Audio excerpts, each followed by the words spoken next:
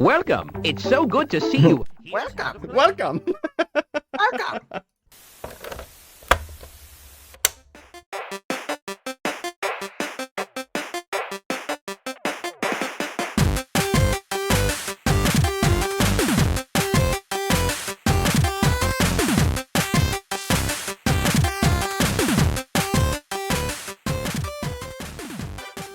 So is Raven one hell of a guy. He is the warrior of the start. Being afraid to go this life. He ain't the one to go run from a fight. He's always brave and one hell of a guy. He is the warrior of the stars. He's star, star, star, star. Wait, who is this gracing this wonderful podcast? Star Warrior Donkey Kong. What Dave is trying to say Yes. What am I trying to say? is he wants to be the very best. I wanna be the very best, like no one ever was. Like no podcast that there ever was. That this was originally similar to what Virtua Cop was, which is constantly brought up in the development, that this was an on rails shooter at first, which I had no idea. I guess it makes sense based on technology and time and everything, but like I just can't even imagine that being this game or even a game like that on the 64 at that time. It feels like it was like that for so long in development too, which is so crazy to me. Totally. Yeah, it was real. This was the one thing about the development process that I got really mixed answers from the guys about. They really had trouble remembering when it came off the rails. Some of them said, we always wanted to put it off the rails. And others said, we didn't decide for sure that we were going to take it off the rails until after Super Mario 64 came out and we saw how fun an open world was on the N64. I mean, part of the problem is they didn't have an N64 for the vast majority of the development process. They didn't have the controller. They didn't know what was possible. They didn't know what the console was really going to be able to do. But yeah, they were so committed to the Virtual Cop model that they would go to the arcade and bring big bags of coins and sort of sit there and feed the machine coins and really learn Virtua Cop. One of the first artist hired on the game, Carl Hilton, was giving some advice to his friend Brett Jones when Brett was applying to be the second artist on the game. And Brett Jones had never played a video game before. He was a real talented artist, and he knew a lot about James Bond. He was a huge James Bond nerd, but he didn't play video games. So Carl Hilton told him, listen, in your interview, just make sure you talk a lot about Virtua Cop. It's really important to Martin. And Brett did, and got the job. So there's I mean, I mentioned this in the book, but there's footage of it on the rails still all the way up through, I mean, like within maybe 6 to 9 months of it coming out. I think I wrote down that it was so last minute. It was E3 96. You wrote in the book that it was still technically on rails, and that's when Mario 64 and GoldenEye were shown. And it's just crazy. I don't like, and there's still definitely levels that show that influence, right? So like the train level really feels like a rails level. It's very linear, you're just tight, shooting guys as they pop out. But the fact that then you can also have levels you get lost in, maze-like levels or levels where you can really have a different strategy approach depending on, I mean, it made the game, the fact that it's open world. And so, huge decision. Yeah, I can't believe that. I can't believe it. I just can't. It blows my mind. Yeah. Sorry, go ahead. What blows my mind is the fact that they didn't have a dev kit. They didn't have any. I remember reading that. I'm like, nothing? Like, no, nothing. How do you design something for something you have no idea how it's like? I know. That's wild. I know. Yeah, it's wild, and it definitely led to a lot of challenges in their process. Whether it was the musicians trying at the last minute to, basically they were told the N64 could do a lot more than it ended up being able to do. So that meant the artists were screwed on, the size of some of their images and files. They had to do a lot of work compressing and cutting and shrinking things. Same thing with the musicians. And I do think that the thing about the N64 controller is that it's I guess according to legend, the controller was really designed for Mario 64. It's a controller that plays really well for that game. But then the GoldenEye guys, it's a horrendously sort of horrible controller for a first-person shooter. However, if you play with one controller in each hand and you have one control stick for aiming and one for moving, it technically is the first dual analog control stick shooter. Right. Which is also, I honestly, I don't know how long have nerds like me or us been on the internet. I did not know Nope, did that not know. was a thing Did not until know. I think less than a year ago. I had no idea. So No idea. crazy, so awkward. And I feel like now that the game has been re-released for Xbox and Yes. Switch, which it wasn't at the time that my book came out, there were rumors about it, right? But it hadn't happened. Now, I don't know about you guys if you've played it on those consoles, but I cannot get used to it. I cannot get used to doing So GoldenEye with dual analog. I kind of hate it. I have my Xbox controller still sitting beside me because I opened it back up and played like the first 2 stages again. Cool. How did it go? Today?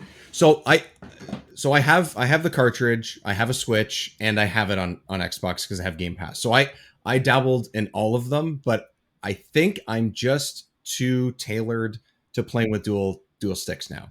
So Really? Yeah. yeah. So I think I'm kind of I'm talking about this game that's 25 plus years old, and yet here I am playing it with an Xbox and an Xbox controller.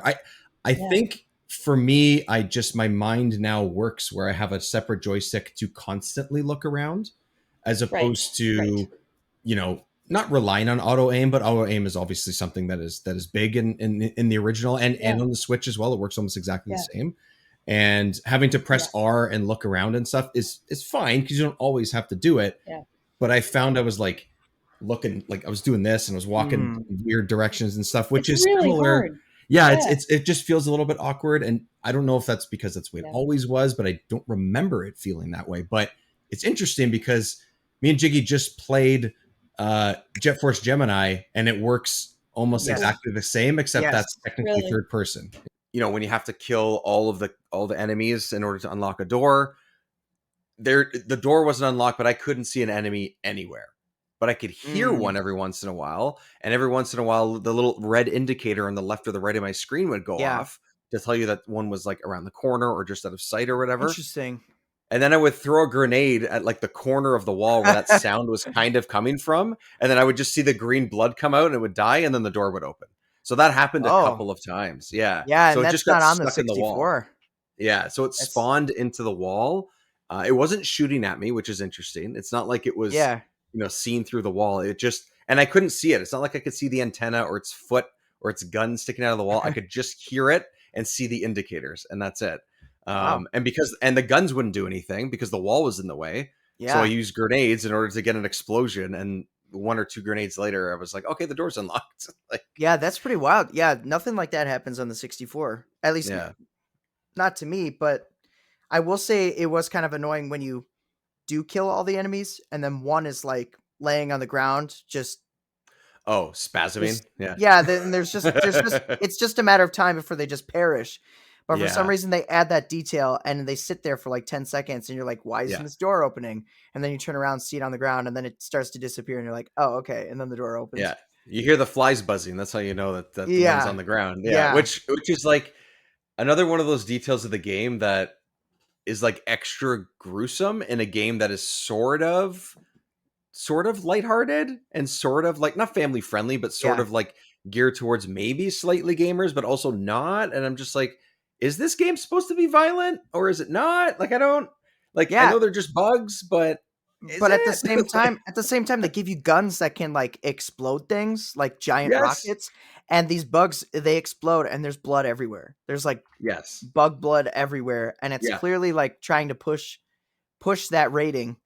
It's teen, right? I think it's teen. I don't have it right in front of me. It is. Yeah, it is. Yeah, which makes sense. That's totally fine. There's nothing wrong with that, right? I think that makes sense.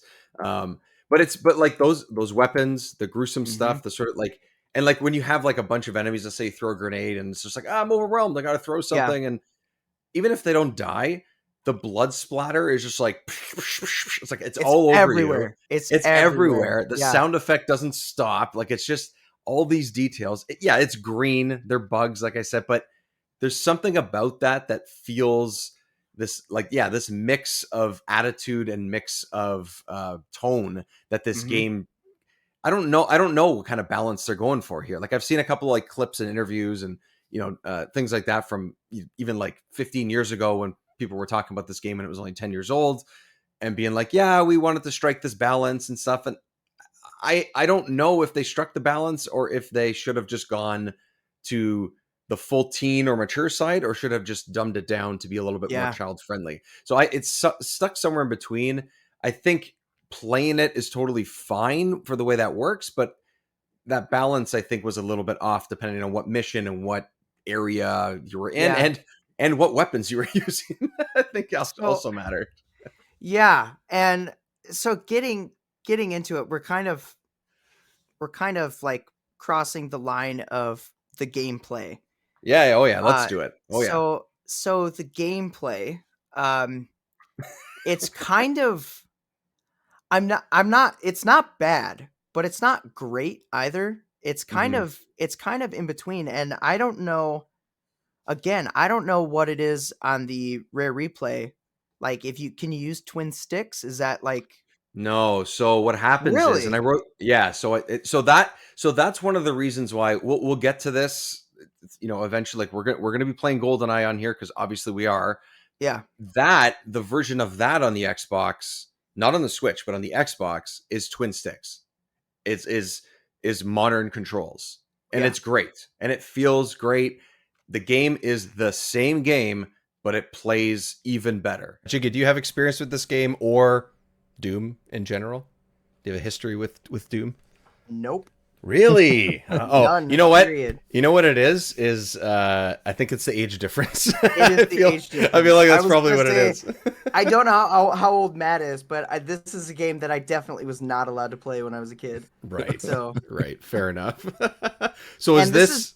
I will go even further than this. Like Conquer, maybe if I pushed hard enough, I could have gotten them to like that was teetering the line, because it was rated M, but the box art's so cute.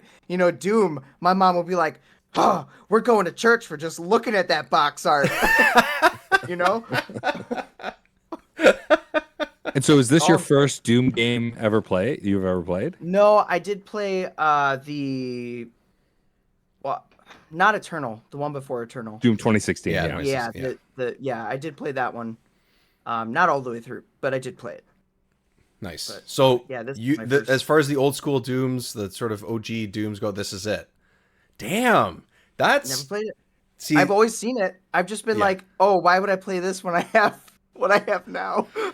I mean, sure. that's fair to in a number of franchises, I would say. I kind of understand that. I could see that. I would play it if I had it easily accessible. I'm just not going out of my way. Sure. To go play it. That's right, which is one of the things that Matt was mentioning, is the fact that there was this particular version of Doom was not accessible really at all for 15 years or something, at least, if not more, like almost 20. The original Doom has been available on everything, including tractors. So like, you could do what calculators, everything, right? Yeah. So this has not been played on a John Deere, so I'm not sure if that makes it elite level yet or not, but it's close. It's close. So I still play plenty of platformers today, so I'm still thinking I would love the experience as much. Well, it depends. There are some things about it that I'm like, I don't know if I can handle it anymore, because that game, there were some challenges with it for sure. What stuff stands out, or what stuff do you remember like that? So the game. So I don't know if you haven't beaten the game yet, but I did finish it. Oh, you did? I did. Yeah, I did it. Yeah. Okay. Yeah. Awesome. So there's these gems you have to collect. And in each stage, there's gold gems, and they're either hidden or whatnot very well. They're harder to get, really. Blah, blah, blah. Yeah. They're so much harder to get. But with the bosses, you have to defeat the bosses without getting hit. And that part really, I don't know if I have the patience anymore. When I'm like 13 years old, I had the patience, I had the skills, I had the reflexes to dodge missiles and whatever they're throwing at me. And let's be honest, you had the time. the time too. So, that part really is not the most appealing to me. I used to be more of a completionist, and now that I'm a lot older, it's, what, let me just get through the game. But also a part of the game is you have to get all of the gold gems in order to see the complete ending of the game. And so that would bug me so much that I would get all these gems and I'm missing one and I don't know what happens at the end. Right. I do know what happens at the end, but I'm just saying, like, as an adult, like, it'd be nice to see. Yeah. So I completed it, and I was going through the game not knowing this whole gem situation. I didn't. Oh. So for me, because okay, so here's the other thing about doing shows like this and playing games, you know, either through emulation or on just a cartridge and stuff. Sure. I'm sure I could go and find the manual of this game online and flip through it, and it would give me some information, but I tend to forget, or I don't do it because I'm just like I'm just gonna jump into the game and just experience it, you know, sort of like I'm renting this game from Blockbuster and I'm just gonna play it for the week. That's kind of how I approach some of these, especially if it's like a single player platformer like this. I'm sitting there going, how complicated is this? I'm like, come on, I got this. I got it, right? So that's yeah, sure. Wait, at least so I told myself. And that's what I did with this. I was like, you know what, it'll be fine. I'll figure it out. I kind of remember playing this at a friend's place. I think I told you earlier that, like, you know, one of our family friends, she had a 64, and she was the only person. This is the same person. If anyone listens to the Yoshi's Story episode, it's the same person that had Yoshi's Story and this game. And she has phenomenal taste, right? And it was but it's the only person I knew that had those games, outside of the typical Mario Kart and Zelda, and those were sort of like her side games, or whatever you want to call them, like sort of like next tier down or whatever. Anyways, I played them at the same household, and that's the only experience I have with this game. And I was like, okay, I kind of remember these early levels. Like, I remember the shake, of course. Like, how could you not? Shake. How could you not? 1,000,000 times throughout the game. Right, exactly. So like all those things, I was like, okay, I got this. And I went into it, and I found a couple of those gold gems, and I, you know, picked them up. I'm like, oh, it's giving me a bunch of health. Great. Cool. They're sort of like getting 50 coins at once or something. That's kind of what it feels like, right? Exactly. Yeah. Did I know that it had anything to do with the ending or the bosses? Or nope. I had no. Did I know that it was counting how many I had? I had no idea. I didn't know there was like an overall tally. I was just like, sure, I got 2 of them on this stage. Great. Cool. I found it. So and then the bosses, like, no chance I'm going without getting hit. Like, no way. Right, exactly. No. That was like top tier get good gaming back then. Like, I'm not, and I did it. It was like one of the achievements of my damn life. I got all the gems in this game. I know the ending.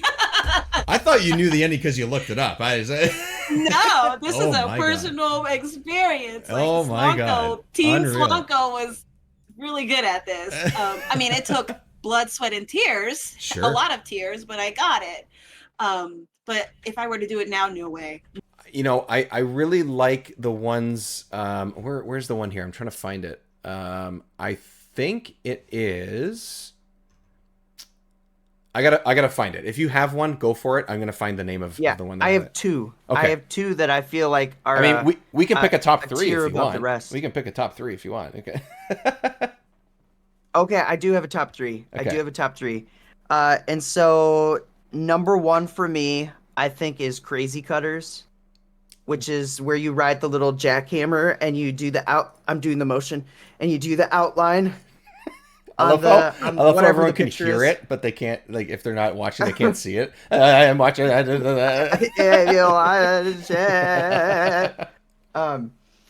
Yeah, you cut the outline of a character. Yeah. Usually an enemy like a Boo or something, and just whoever gets like the best stencil wins. And I've just always really enjoyed that. It's fun. Number 2, I don't know what it's called, but it's a Bowser face, and it makes a weird face and contorts. And then you have to try and like Mario 64, like that opening with the Mario face, how you adjust the segments and areas of his face. You have to do that and make it stick and just make it morph into the contorted face in the middle of the screen. That one's also a lot of fun. And then the third one could probably flip around a little bit, but the one that came to mind was there's a skateboard one I know it's in the first one for sure. Oh, and you like ride the skateboard to the end, and you have to like keep speeding up and jumping over blocks and stuff. Yeah, escape from the lava. I'm looking at the one right now that might be in the second one, but I know it's exactly. I'm positive it's in the first one. In the first? Okay. Yeah, it's like ramp something or. Oh, Platform Peril. There you go. That's what it is. It's cool. Yeah, that is a good one. Oh no, that's not with the skateboard. That's just jumping. No, a platform is jumping. Yeah, That's just it's jumping like through the sky. It's a skateboard. I'm gonna look it up right now because. Yeah. Okay, so while you do that, I'll tell you what mine is. My favorite is the one that you mentioned. It's called Facelift. It's the one where you basically contort the face of the picture. Yeah, that's cool. One, it's fun because at this point, almost everybody played Mario 64 and spent like an hour just messing with Mario's face. So that's basically what this is. It also adds a lot of variability because you can be pretty far off or think you've got it, but someone just has that slight percentage sort of advantage to you. So I like this one. It's not super stressful, but it also takes some skill for sure. So I like that. We played in Mario Party 3. We played the Rockin' Raceway, the horses where you rock back and forth and you're kind of going around the track or whatever. Yeah, that one's up there for me. I really like it. Really? Yeah, I really like it. I like the fact that you have to manage your A, B, and your energy and stuff before you spin out. And I kind of like the fact that everyone's, I like the aesthetic of it and stuff. There's that. Sure. And then you beat me in that every single time, so I hate maybe that that's one. what it is. Yeah. And then we have another shared one. The Crazy Cutter one is great. The sort of tracing around it. It's so simple, but it's a lot of fun. And again, it's similar to the Facelift one where you could feel like, oh, I got this, 100% I got this. But that tiny little extra polygon or pixel that you may have missed could make the difference between that. And I think that is great. And the fact that Mario Party 1, and I think a couple of these are also in 2, the fact that is in the first game, those two games that we both share between those two, shows that the simplicity of the first one and the ideas that they came up with just on the first one and kind of dropped a couple games later are actually pretty damn good. And that I think that's impressive. I find that pretty impressive. I enjoy that. And then there's the boss check, and then you have the construction yard, then you have an alleyway, then you fight the slime, and then you finally make it to Al's Toy Barn. And it's I just like how there's like this, what could have just been like this like cohesive level structure turns out to be really well structured and also visually really interesting. That Etch-a-Sketch thing is fucking awesome. Yeah, it is. That's cool. It is. Yeah. So I'm currently like, this lined up so perfectly, like unintentionally, but on my YouTube channel, I'm currently I do a series called Analyzing Everything, where I like look at every aspect of a game. I'm looking at the graphics, the music, the sound effects, everything. And that I'm currently playing through Toy Story 2. So it just lined up with this podcast. And I'm just like, that Etch-a-Sketch menu is so creative. Yeah. It's so unique. And it's one of the best level select menus of any game I've ever seen, because it's just so, and it's interesting because it's a license from Hasbro, right? Because there's that weird Disney Pixar Hasbro toys connection, and like some of the characters in the game are actual like Hasbro toys and things like that. So just that connection and the liberty to use the actual like Etch-a-Sketch, like I think it's a one-off. I think it's the only time you're ever going to see that kind of a menu, and it was so unique and just really cool. Yeah, it's a great way, because with such a large cast of characters in Toy Story, like it's that, Bug's Life, like especially a lot of these, I mean, most Pixar movies are kind of like that, especially like Cars and things like that later on.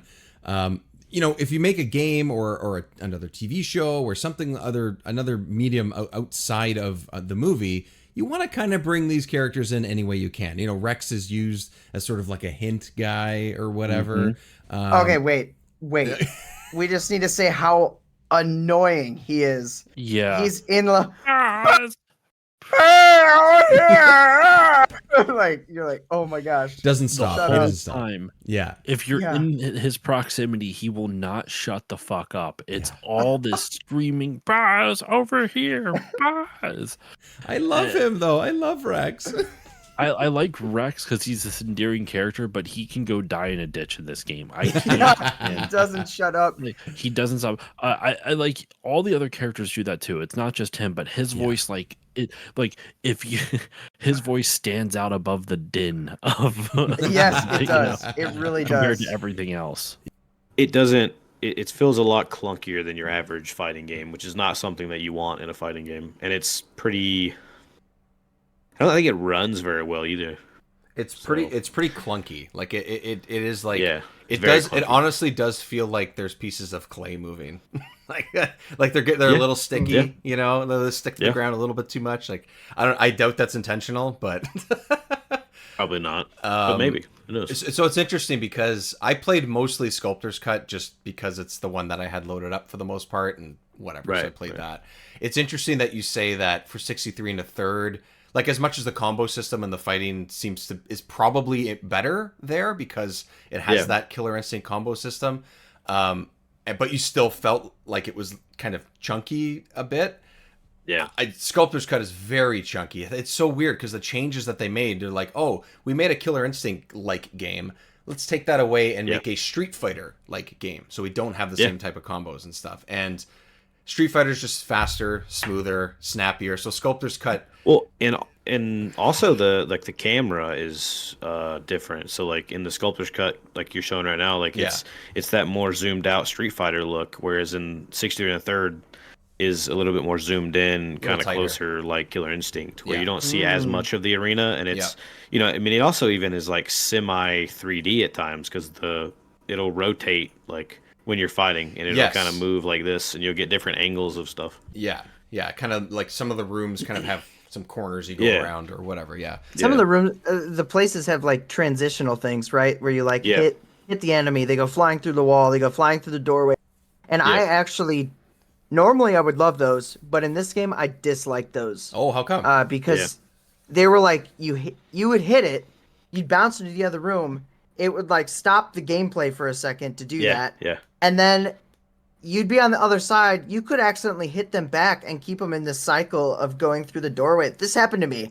This legitimately happened to me in the Laffy Taffy guy, whatever he is. Yeah. In that like candy factory, in that room, I was fighting the clown guy and I like punched him and he went through the door and fell. And then I was on the other side. I punched him again. He went through the door and fell. I did it like 3 times in a row. And I was like, I stopped fighting and backed away so I could get out of that corner so I would be able to continue the fight. Well, it just took forever.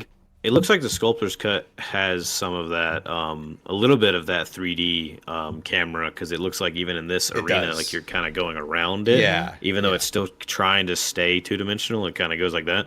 Yeah. It's a little bit less so than the original, but it's still pretty similar. It's still there. You're still technically fighting on a 2D plane, but the camera kind of just like swerves in a circle is kind of what it is. Yeah. They still have the transition things. And part of the problem, Jiggy, with like the transition stuff, like in other fighting games, it's like, okay, that's cool because it does extra damage, or now you're in a new area and you can do new things.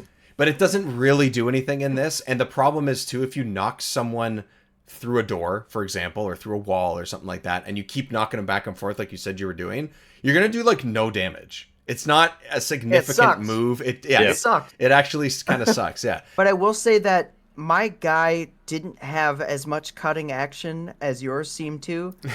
I was definitely like a blunt force kind of a thing. Okay.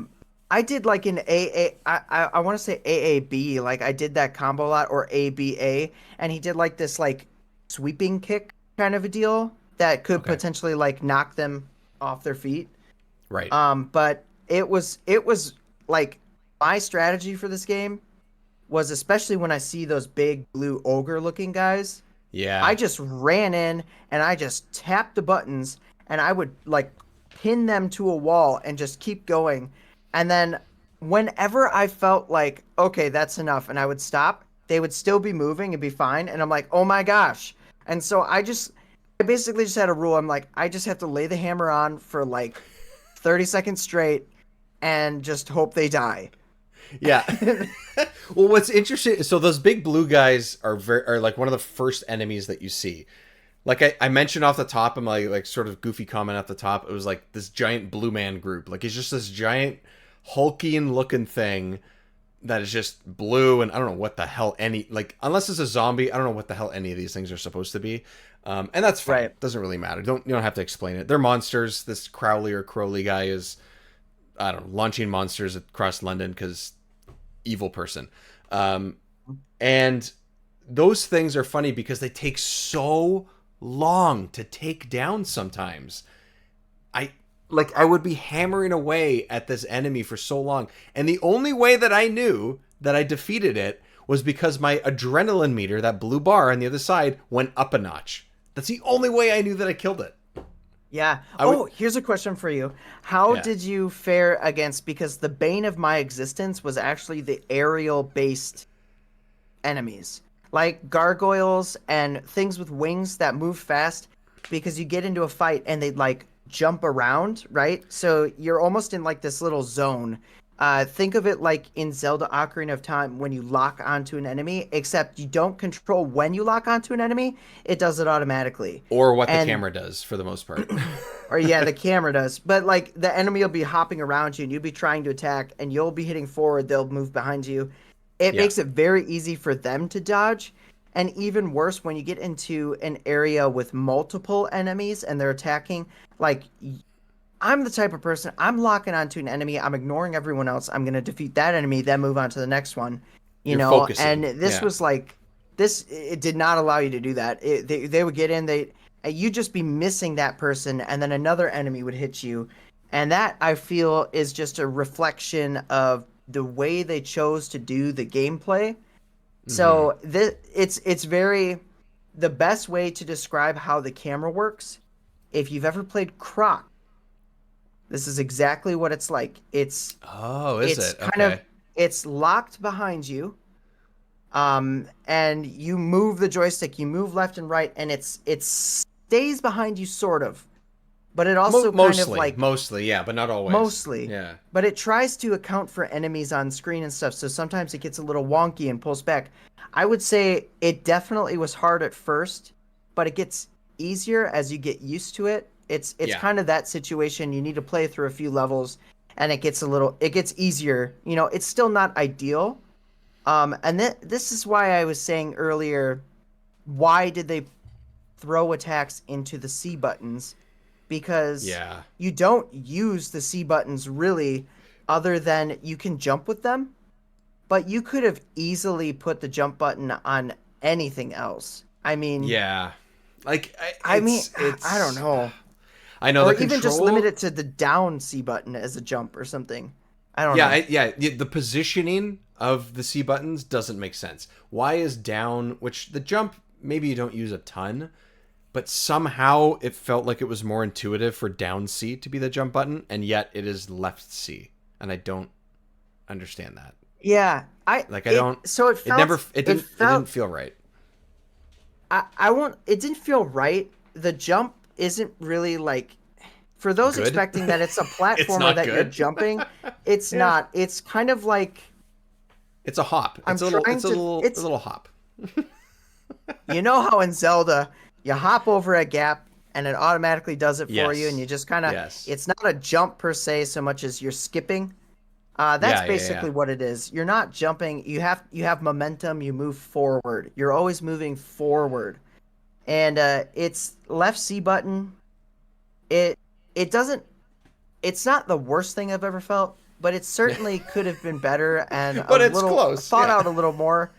I would have loved to see the down C button being the jump, and then using the left and right C buttons to change the camera angle, because this game kind of desperately needs that ability. Because it's now I'm the type of person where on any sort of third-person action game that isn't a shooter, where you're pretty much always behind your character, because the reticle and all that kind of stuff, I'm the person who always wants the camera, or for the most part, unless it's a certain traversal element, wants the camera behind my character. So in some ways, I was okay with this. Like, some people are okay with, every once in a while, I'll just sort of, it'd be fine if I'm to the left or to the right or whatever. And I just pretty much just always want it that way. Like, even in racing games, I'm not playing first person, I'm playing behind. I want to play a third person version of my vehicle. One, so I can see my vehicle, and two, I don't know, it just feels more like a video game that way. I think you give it a Dynasty Warriors treatment. Let's just have tons of enemies running at you at the same time. Oh shit. Okay. Let's give Superman all his powers accessible at all times. There's no limit. I don't know why they would ever do that. That was dumb. But if you treated it like, like a Dynasty Warriors like hack and slash, going through just like every level, and you give you plenty of space to work, right? I think that would be a lot cooler. Yeah, like you said, that you had a lot of fun with like the practice mode because it was more sandbox like. And when you mentioned that Xbox game, that sounds like a great idea to me. Superman is definitely something that would work better in a wide open space. Why is he flying through underwater tunnels? It doesn't jive with me. But if it's open sandbox and you're just dozens of mooks coming at you like mobs, henchmen, that makes sense. Because the enemies in this, I don't want to say damage sponges, but they take a few hits. And again, you're Superman. Why do they take more than one punch? Right? It doesn't make a lot of sense.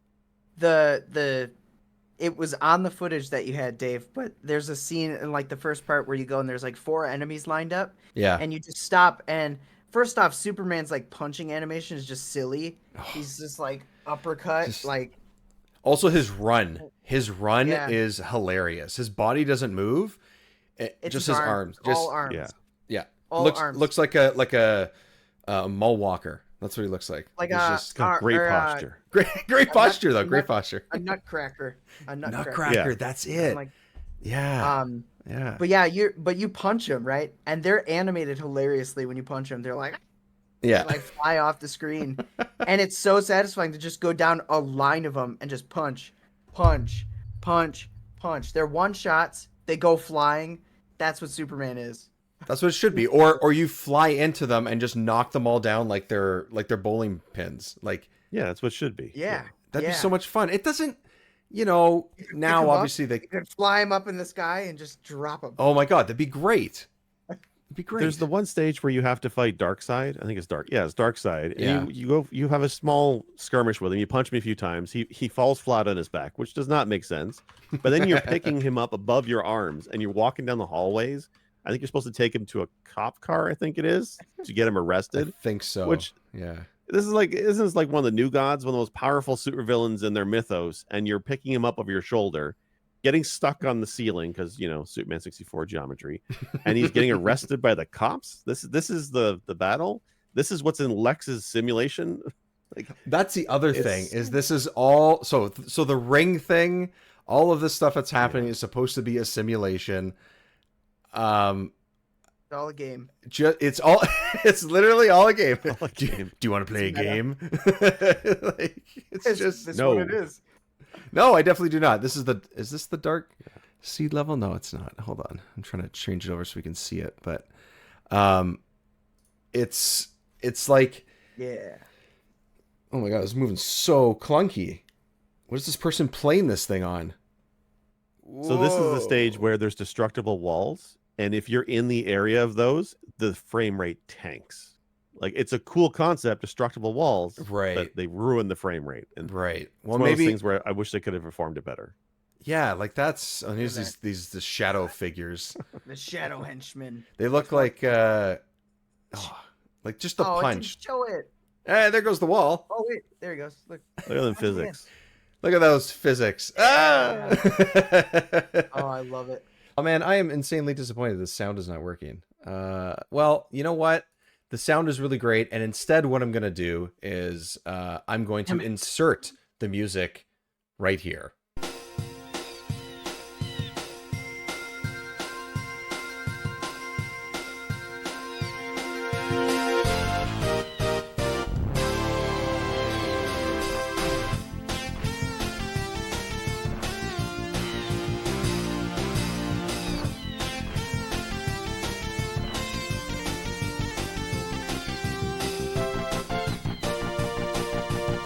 Guys, wasn't that beautiful? Wow, it was so beautiful. Wasn't that beautiful, guys? Heard it. It was great. It was so great. I really love the really stupid ones that I love are the third and fourth goal ones for like when you finish a race in like third or fourth place. They're so chill, and then like they're just so good. Like, so it's so funny because the guy that's commenting is like, "Oh, you're in second. You're 10 seconds behind. You're 3 seconds ahead or whatever." And then when you come in like third or fourth, he just goes, "Try harder," or "Not even close." "Oh, too bad." Or like he like insults you. He just goes from being, like you said, he goes from being like kind of friendly and like encouraging to, "What the hell is wrong with you? Race better." Essentially. Yeah. Okay. Going zipping through checkpoint after checkpoint on the fortress place, dude. Oh my god. Oh yeah, that's right. Rip my hair out. Okay. Good luck. You left everybody behind. Max power. Yeah. Also, then like you hear the engine rev too, just yeah, dude. You feel the power. It's it's definitely I think it definitely enhances the game though. Like I do think that the music and the sound effects and stuff are pretty good. I do appreciate that they kind of made sure that was a good solid part of the game. You know, it's not this massive soundtrack. It's not like you have a million different sounds or whatever, but like they could have easily just done wave noises and the engine's very basic and then just called it a day. Because that's kind of what a lot of stuff at that time was doing anyways, right? So yeah. You could have licenses that like holy shit, licensed it out and had like all Rob Zombie all the time on this fucker, like they did with Twisted Metal 4 or some shit. Instead, Nintendo was like, no, dude, they fucking with a sick fucking soundtrack for this, and even like Blue Storm, but they did a really, really fucking awesome job on these games and the soundtrack. Like, bring it back. I know. I'll fucking choke whoever I need to get this goddamn series back, dude. It's so fun. Yeah, I'm gonna try this sound and see if it works. Okay. No. Dragula. Come on. Tearing through the ditches. Could you imagine like ripping through these fucking checkpoints? Dragula. That would be amazing. There's only one perfect band for this though, and it's Nickelback. Oh god. Oh man. Don't drag my photograph. Don't drag the Canadian embarrassments into this. Creed. Please. Some Creed going, can you take me higher? I would love to see the effort of having that band, like having an actual band, and they make their lyrics, like they change them up so that they're related to what's happening in the game. So it's about jet skis or something, right? It's like, can you rev me higher? Look at this over jet ski. Waves where shorelines are. Something like that. I don't know. Oh my god. Never made it as a jet ski. Couldn't cut it as a jet ski. And this is how you jet ski. Holy fuck. Cut that part out. No, leave it in. Fuck it, I don't care. Are you kidding? There's no way that's not staying in. It's gotta stay. It is. You know what? Actually, I think I found the new theme song for the entire show. When you get to Sector Z, she'll show up and actually help you hit the missiles, which is welcome because it's actually helpful. You know, so when they're helpful like that, it's awesome. Like if you help Bill and all of them in Katina, then he shows up later. I don't remember what stage off the top of my head. Yeah. Maybe Solar. He shows up in Solar and he just like helps you kill a couple of enemies so you can get some health. Yeah, he's and then in Sector X, he helps you to unlock the gates so that you can go into. Oh, that's what it was. Yeah. And Kat will show up in. Just shows up once, right? Like, she will show up in both of the level. I don't think she just shows up in Z. She'll show up and help you if you go the other way too. I think it's Macbeth, and she just shows up near the beginning and takes down a couple of enemies and then disappears. It's nothing. The problem with her showing up in Z is that if you're looking to get the medal for C, she automatically takes down one of the missiles. So you're basically locked out of getting the medal when she does that. Okay. Oh, okay. Oh no. Oh man, you just gotta be quick. that sucks. You got to be quicker than her, but it's hard, right? Because you're paying attention to 5 other things. Yeah. Right?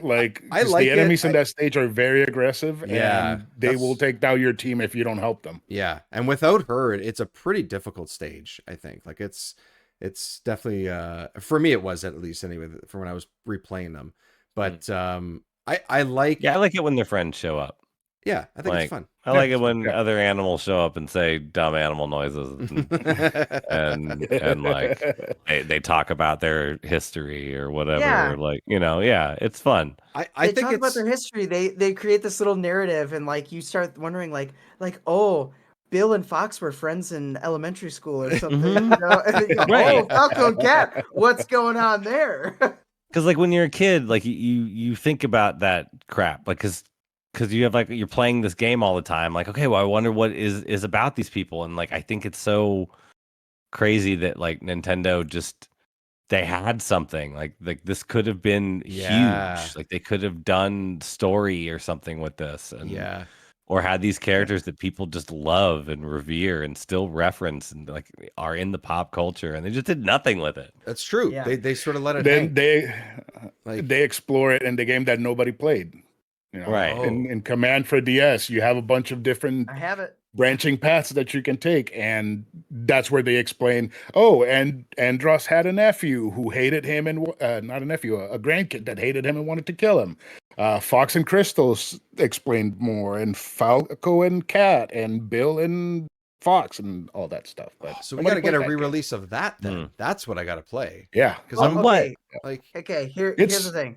Let me it's say this Fire Emblem again. Star Fox. It's awesome. Oh, I said it again though. Enough Yeah, gimmicks. like it's one of those games. It's enough hard to emulate. gimmicks. I still prefer, like in my mind, I love Star Fox 64, and I got Star Fox Command being like, oh yeah, it's gonna be Star Fox 64. It's the new Star Fox 64. It's on my DS. It's gonna be amazing. Yes. And then it was like it had those moments. It had that a little bit of it, but it was different. It was fundamentally different, and it wasn't bad. I think I'd appreciate it now more than I did back then, because back then I was like, this isn't Star Fox 64. Yeah. You know? Well, that's what you want. That's what I would have expected too if I had it at the time. Dude, thanks again. Thanks everyone for listening and watching if you've been watching us. Thank you for being with us. We will talk to everybody next time on Remember 64.